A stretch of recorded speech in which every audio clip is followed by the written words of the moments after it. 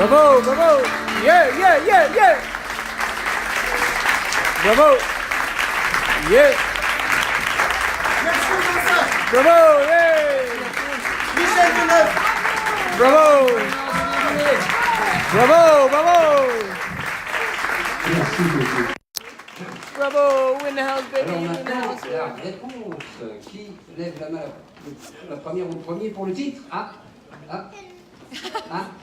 Alors c'est vous. Ils ont encore gagné. Eh bien, bravo. Merci beaucoup. Vous avez gagné le prix absolument extraordinaire que je ne trouve pas. Oui.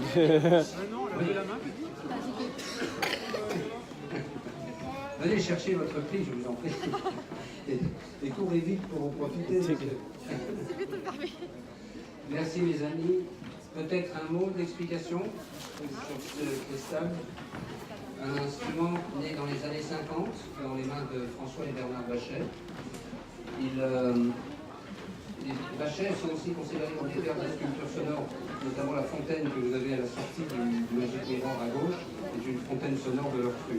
Mais ensuite, on va parler évidemment uniquement de leur rôle de facteur d'instruments, on dit facteur d'orgue, hein, le reste étant ce qu'on appelle la lutherie, et c'est la même chose. Donc en tant que facteur, il fait beaucoup de choses. On va se concentrer uniquement sur le cristal, parce que l'horreur est énorme, ce serait évidemment trop long. Le cristal est inventé dans les années 50, et les premiers claviers sont un clavier d'articot. Donc le musicien joue comme ça, et c'est déjà un son d'une grande pureté, un peu comme celui que vous avez entendu là. Et du coup, quand je commence le cristal, les premiers claviers horizontaux commencent à être construits, mais personne n'en joue. Et j'ai pressenti que ça, c'était plus clavier, peut-être plus performant sur un plan strictement musical, évidemment, que ce geste, par contre, qui était plus poétique à voir, certainement, parce que le public pouvait voir les mains caresser ces tiges de verre comme ça. Alors, comment ça fonctionne? Le principe acoustique, c'est la conduction du son par le métal. Pour ça, je vais prendre un exemple en vous présentant trois paramètres qui vous permettent, une fois que vous avez enregistré ces trois paramètres, de faire tous les instruments de musique que vous voulez chez vous. Ou pas. Le premier, c'est l'élément excitant, le second, c'est l'élément vibrant, le troisième, c'est l'élément résonnant. Tous les instruments de musique ont ces trois paramètres de base. Vous avez compris que j'étais dans une tradition non électrique et non électronique. Donc l'élément excitant on va prendre le violon en comparaison, vous comprendrez pourquoi. L'élément excitant du violon, évidemment, c'est son archet. L'élément excitant du cristal, mécaniquement, ce sont mes doigts qui tirent et poussent, comme un archer tire et pousse sur ses cordes, je tire et pousse sur du verre.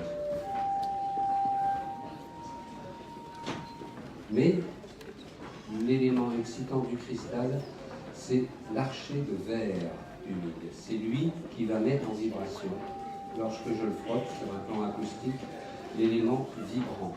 Le deuxième, qui est la source du son d'un instrument de musique, donc c'est fondamental. Pour le violon, évidemment, ce sont ses cordes, boyaux, puis plus tard, métal et alliage.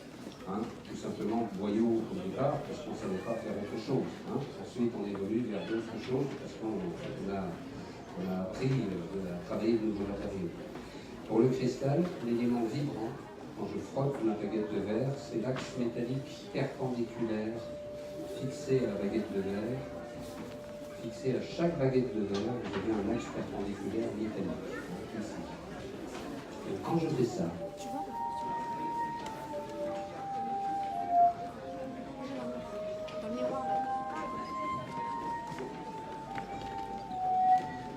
c'est un son purement métallique que vous entendez.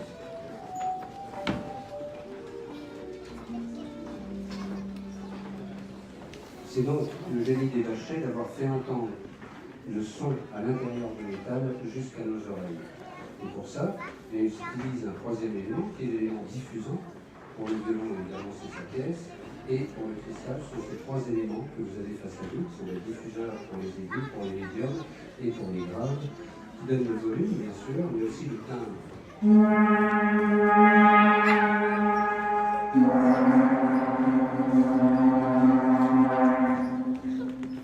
Ça peut vibrer, métalliser, etc.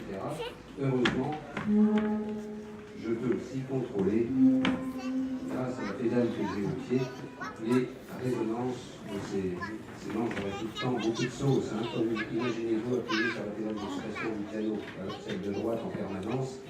Évidemment, au bout de la 20e note, on entend toujours la première. Hein, ça fait proche de ça. Donc voilà. On a ici un instrument assez complet. J'utilise de l'eau, encore un rapport avec les instruments archers. Je l'appelle la colophane du cristal.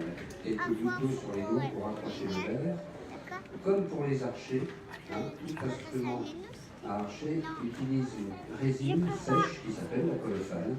Et dont on enduit le crâne d'archer afin d'accrocher les cordes. Si vous supprimez cette résine sèche, il se passe rien du tout. Ça glisse sans s'accrocher, donc il n'y a aucun son.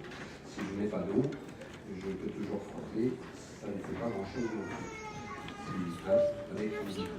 Voilà, j'ai fait un peu le tour des explications de cet instrument. Il est remarquable sur le plan historique, c'est un marqueur historique, puisque les instruments qui apparaissent au style de siècle sont très rares. On a d'abord, avant lui, il faut remonter au saxophone et à l'accordéon, c'est-à-dire le saxophone c'est 1848, vous voyez, et avant, il faut remonter au piano et à la clarinette 1700. Ça ne fait pas grand-chose d'inventer au fil des siècles. Et puis la guerre de faire comme ses grands frères, il ne devient pas la mode, il prend racine culturellement. Pour exemple, le piano, plus de 150 ans pour se populariser. Il faut attendre Liszt et Chopin pour voir l'explosion et la popularisation du piano à travers le monde. Pour le saxophone, eh bien, le sax est un industriel, il a beaucoup de moyens, mais il n'y arrivera pas lui-même. Il faudra attendre plus d'un siècle pour que le saxophone se popularise à travers le monde. Et une musique, le jazz. Donc voilà pourquoi les choses se font sans qu'on puisse les contrôler toutes. Le cristal a 65 ans. Évidemment, je ne suis pas devin, on lui souhaite le meilleur avenir. Il joue de plus en plus avec des grands solistes. Et ça, c'est important parce que les solistes internationaux en musique classique ou autres, évidemment, acceptant de jouer avec le cristal, le reconnaissent faisant partie de la famille. Hein, et c'est souvent les plus difficiles à convaincre, la famille. Je ne fais le dessin à personne. Et puis, l'autre chose, c'est que votre présence ici eh bien, fait qu'il est un peu plus connu aujourd'hui qu'hier. Et donc, je vous remercie de votre écoute et de votre présence et vous souhaite une merveilleuse année. Bravo! Bravo! Merci! Yeah! Bravo! Avec des grands solistes. Bravo, bravo, bravo, monsieur, bravo, bravo. Je veux te demander, à quel âge tu as commencé à jouer cet instrument? À quel âge tu as commencé à jouer? 20 ans. 20 ans. Voilà. Oh, J'avais mais 20 ans. C'était hier. Oh, mais c'est hier, c'est magique, hier. Si il peut le faire, tu peux le faire. Voilà. Si tu peux le faire, on peut le faire. Absolument. There we go, absolument. Garde ton passion. Et bonne année. Oh, mais on a beaucoup de chance. Beaucoup de chance, man. Everyday education. I didn't know that. Peace out.